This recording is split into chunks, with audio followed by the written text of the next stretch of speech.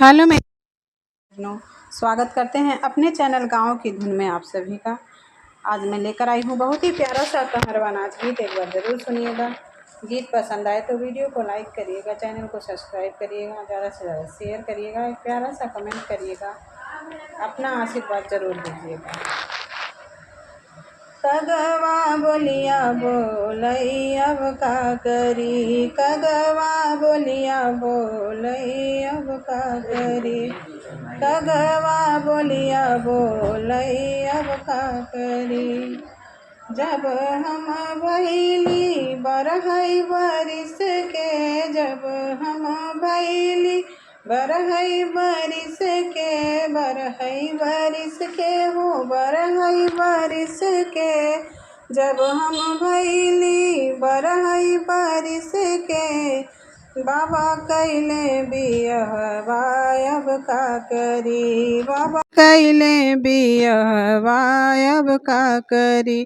कगवा बोलिया बोलई अब का करी, कगवा बोलिया बोलई अब का करी।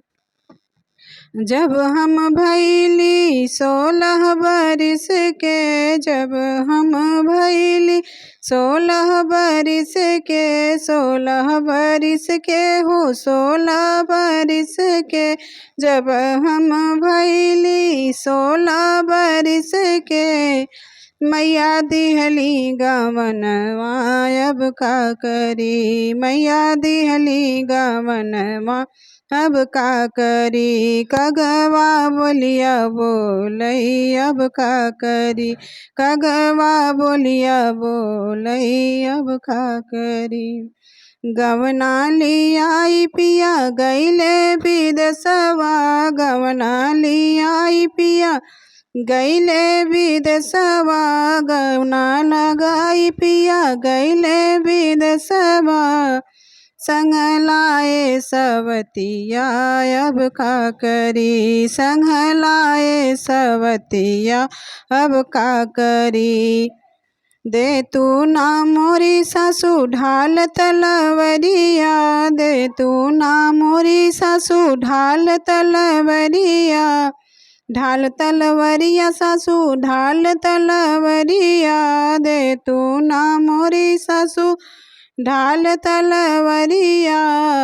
तजब आपन परनवा अब का करी, तजब आपन परनवा अब का करी। कगवा बोलिया बोलई अब का करी, काहे के तजब बहुअरियापन परनवा, काहे के तजब बहुअरियापन परनवा, आपन परनवा हो आपन परनवा।